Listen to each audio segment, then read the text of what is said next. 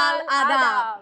Welcome everyone to the brand new series of Know Your Nature Quiz Contest. So viewers, as we all know that every week we bring new students across the country. We ask questions and we look for answers. As we engage in making knowledge more interesting to help young people grow and also everyone grow. So viewers, it's time for us to introduce you our expert. We have with us Mrs. Kanta Agarwal. She herself is a poet. Apart from that, she is the Vice President of Marwari Hindi Pustakalay. बहुत स्वागत है ma'am. Next expert we have with us is Brahmananda Patiri. He is an environmentalist and a forest officer. बहुत स्वागत है sir. स्वागत है. So Shreya, हमारे जो बच्चे यहाँ बैठे हैं उन लोगों को बधाई दे देते हैं क्योंकि they have entered the quarter final league round. तो टीम के में हमारे साथ आज फिर से मौजूद है कमल राजवंशी एंड अबुजाम नाउजिनलैंड लुआंग. Team C, Najina Hassan and Kankana Bhattacharjee. Team G में हमारे साथ है Rajdeep Sharma and Ankur Sharma.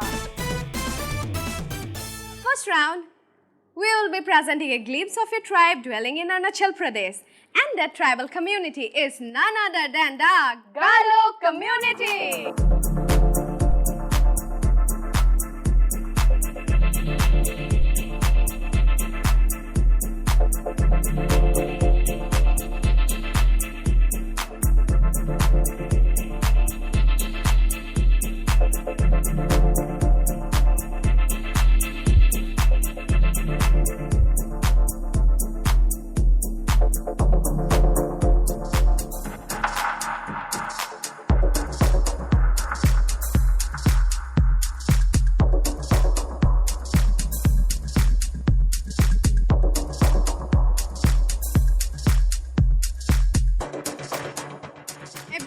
Applause for all our models. So, in this first round, the rapid question answer round, therefore you have to answer very quick, okay? So here we go with the first team, Team K. तानी भाषा में आदि का मतलब क्या है? पहाड़ी लोग. Correct answer. गालो किस धर्म का पालन करते हैं? धोनी फॉलो. Correct answer. गालो को पहले किस नाम से जाना जाता था? अबोर. बिल्कुल सही जवाब. Next question to the next team, Team C. Are you ready? ऐसे जगह का नाम बताओ जहाँ गालो रहते हैं. पश्चिमी Siang. Okay. Correct answer. Next question. गालो समुदाय को कब से अनुसूचित जनजाति का दर्जा मिला? 1950. Correct answer. आजकल गालो समाज में किस धर्म का ज्यादा प्रभाव है? ईसाई धर्म. Correct answer. टीम जी के लिए हमारा पहला सवाल, गालो अपने आप को किसका वंशज मानता है? ओबोतानी. अबोटानी. Correct answer. क्या एक गालो बहु विवाह कर सकता है? हाँ, आर्थिक रूप से संपन्न लोगों के बीच कर सकते हैं. Correct answer. गालो किस शाखा की भाषा है? तानी शाखा की. तानी शाखा. Correct answer. मानव किसके कहने पर धरती तक आया? तानी के कहने पर. Correct answer. एक ऐसे समुदाय का नाम बताओ जिनकी भाषा के साथ गालो भाषा का मेल है. आदि. आदि. Correct answer. So here we end the first round and you all have done very well in the first round.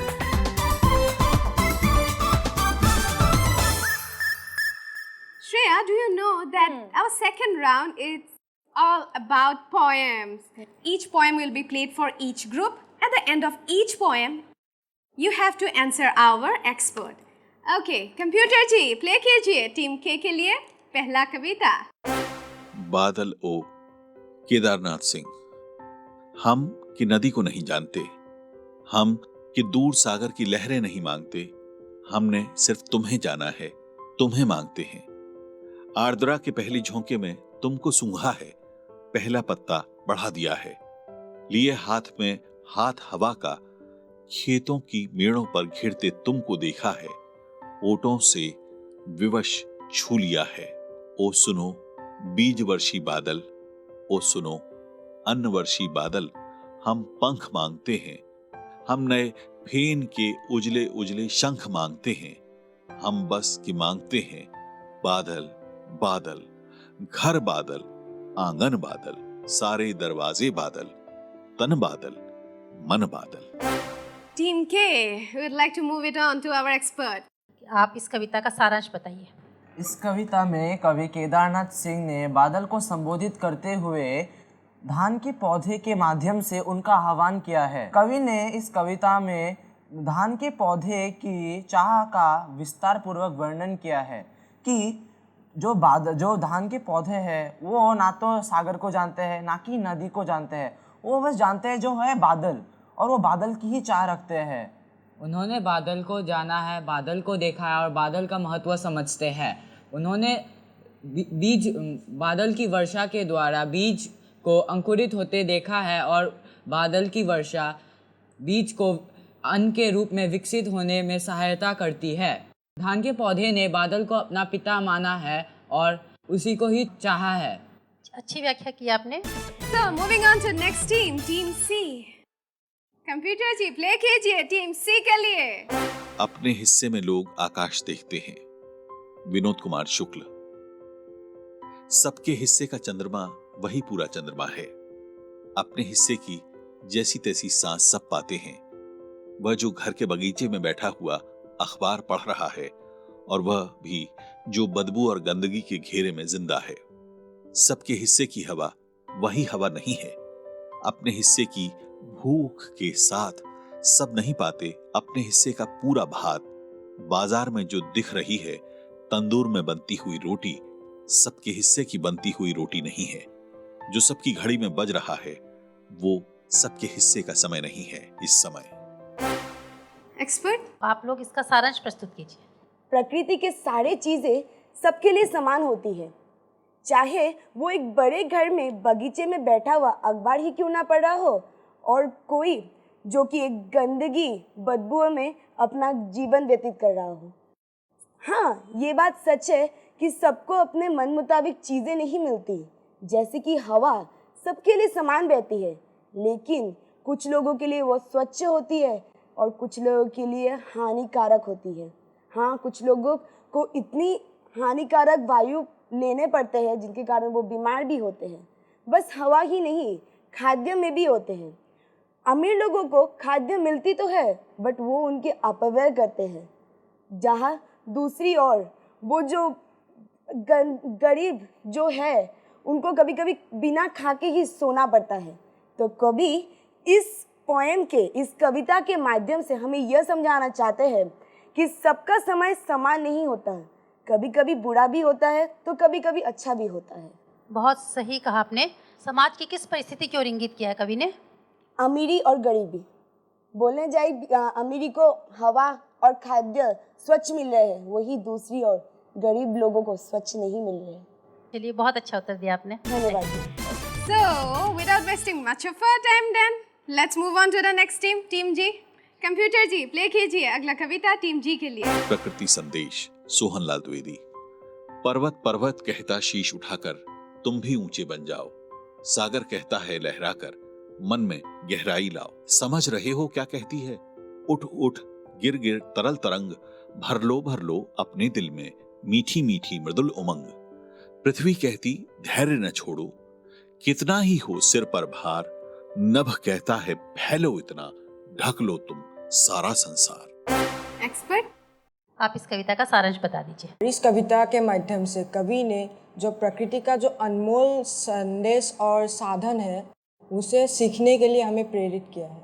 सबसे पहले कवि ने लिखा है कि पर्वत हमेशा शीश उठाकर ही रहता है, वैसे ही और हमें ये बताता है कि हमें अपने व्यक्तित्व को पर्वत के समान ऊंची रहनी चाहिए और जो घटना है उसको समाधान करने की क्षमता हम पर होनी चाहिए तथा उठ कर गिरती जो सागर की जो लहरें हैं वो हमें कहती है कि चाहे ज़िंदगी में जितना भी उतार या चढ़ाव हो, हमें हार नहीं मानना चाहिए।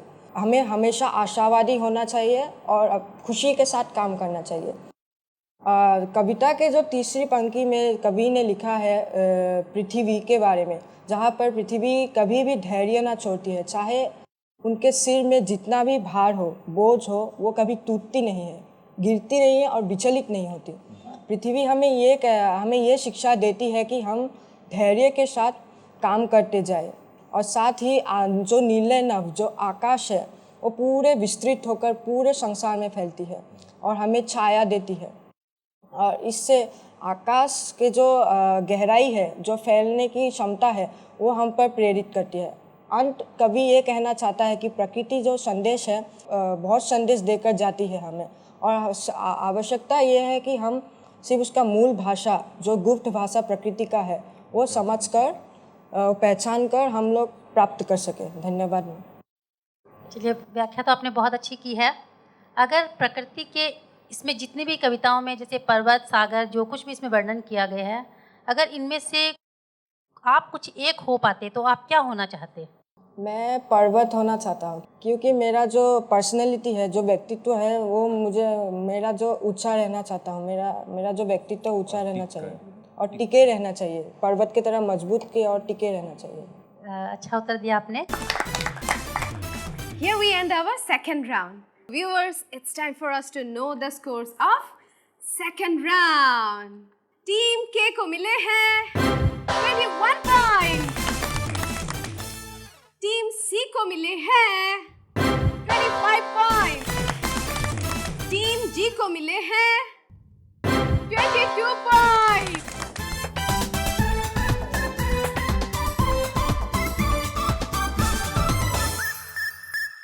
तो थर्ड एंड फाइनल राउंड के नियम हम आपको बता देते हैं। आपको 1 से 50 के बीच कोई भी एक नंबर सिलेक्ट करना है और उस सिलेक्ट किए गए नंबर पर अगर हेवन आता है तो आपको मिलेगा एक बहुत ही स्पेशल पावर, और वो पावर है The power is that you will get to choose a topic by your own. You can choose any topic. But if that number is displayed in the hell side, then that topic will be selected by our expert. Okay, which number will you like to select? 22. Computer ji, play कीजिए team K के लिए. 3 numbers will be displayed in the heaven side. Let's hope for the best. If 22 comes in the heaven side, then you will be lucky enough to lead this episode and you'll get direct entry to the semi-finals. But if that number 22 appears in that hell side, then you'll be in some unsafe zone and it might create some problem to you or it might not. तो अब 3 number haven पर आने वाले हैं। Number 22 have been selected by number K, team K, okay? 40. Then number 28. Then number is 16. 40, 28, 16. No number 22. अब help पर देखते हैं, कहीं आपका नंबर वहाँ तो Okay, 23. Okay, the last option left for you is that 5 cards. You have to pick up any one. Okay, pass it to me. Team के को टॉपिक मिला है। Have selected the topic and the topic is Binod Bora. Vinod बोरा, जो कि एक वन्य जीव संरक्षक है और एक जीव विशेषज्ञ भी है, उन्होंने जब वो 19 साल के थे, उन्होंने एक ऑर्गेनाइजेशन ज्वाइन किया जिसका नाम था ग्रीन गार्ड नेचर ऑर्गेनाइजेशन। उन्होंने अभी तक अपने जो करियर है उसमें अभी तक 2500 यानी कि 2500 एनिमल्स से ज़्यादा बचाए हैं और उनमें से 400 सांप थे। उन्होंने अपने पिछले 6 सालों में 25,000 पेड़ उगाए, जिनमें से जो 25,000 पेड़ थे वो थे जो बनाना प्लांटेन, ताकि वो ह्यूमन और एलिफेंट कॉन्फ्लिक्ट को रिड्यूस कर सके। उन्होंने इस जो कॉन्फ्लिक्ट है उसको रिड्यूस करने के लिए बहुत ट्राई किया और वो भी सक्सेसफुल भी हुए और उन्हें 2014 में वाइल्ड लाइफ सर्विस अवार्ड मिला था for the century Asia. Thank you. Can you tell me that in which area his work is concentrated? In Karbi Anglong, in the borders of Karbi Anglong, means near Nagaon state, Nagaon district. Thank you. You have spoken nicely. Okay, moving on to next team, Team C. Which number? Number 2. Computer जी, play कीजिए Team C के लिए. Number 2. Number 2. Number 2. पहले 3 number haven पर आएंगे, उसके बाद 1 number hello पर. If you get that power, it will be more easy for you. But no worries, if it comes in the hell side, then there is a chance of 50-50. Yes. पहला number 45. Next 34. Next number 10. Okay. Next Hell we'll per. check for hell. Number 3. Out of that 5 cards, you have to select any one. Okay. Seems not. Oh. Team C have selected the topic, and the topic is Jadab Payang. आज इन्हीं one संरक्षण के शब्द पर मैं आपको एक कहानी बताने जा रही हूँ. एक सरल सीधा साधा वास्तविक आदमी जिसने अपना पूरा जीवन समर्पित कर दिया इस वन संरक्षण के लिए. सिर्फ यही नहीं, आपको सुनकर यह गर्व प्रतीत होगा कि वो और कोई नहीं, जोरहाट के रहने वाले जादव मोलाई पायंग हैं. यह सन 1979 की बात थी जब उनकी उम्र तकरीबन 16 साल की थी. तब उनके गांव में बहुत भयंकर बाढ़ आई थी जिसमें कई पेड़ धंस गए, कई मनुष्य मारे गए एवं कई जीव जंतु भी मारे गए. यह देखकर जादव जी को बहुत बुरा लगा. वे सोचे क्यों ना मैं कुछ करूं अपने गांव के लिए, कुछ करूं ताकि मेरा गांव बच सके. उन्होंने सबसे मदद मांगी लेकिन कुछ नहीं हो सका. अंत में उन्होंने कम से कम 30 सालों तक जुटे रहे. आज यह परिणाम है. उनका 1360 का 1 एकड़ जमीन है जंगलों का. Not only this, our former president of India, APJ Abdul Kalam, was also gave him the title of Forest Man of India. Not only this, in 2015, he was also awarded with Padma Shri. Isn't it amazing? Yes, it is very amazing to see the willpower of this person who fought alone and won the battle single-handedly. But see toward us, who cut the trees for our luxuries. On the other side, he sacrificed his whole life to save our environment, to save our ecosystem. What is the name of the forest? Molai Forest. Oh, nice. Thank you. Thank you, sir. Thank you very much for giving us such an important message. Now, moving on to next team. Which number? 15. Computer जी, play कीजिए Team G के लिए. Okay, 3 numbers will be displayed in the heaven side and 1 number in hell. This number 15 might bring you that special power or might not. आगे बढ़ते हुए number 15 की तरफ. 3 number अभी डिस्प्ले होने वाला है. Whoever will win this episode will get direct entry to the semi-finals. So, last team, last round, last game. पहला नंबर हेवन पर 49, 36, 50, no, it's 7. Okay, हेल्प पर देखते हैं. 31. The only option left for them is that 5 cards placed in front of you, you have to select anyone.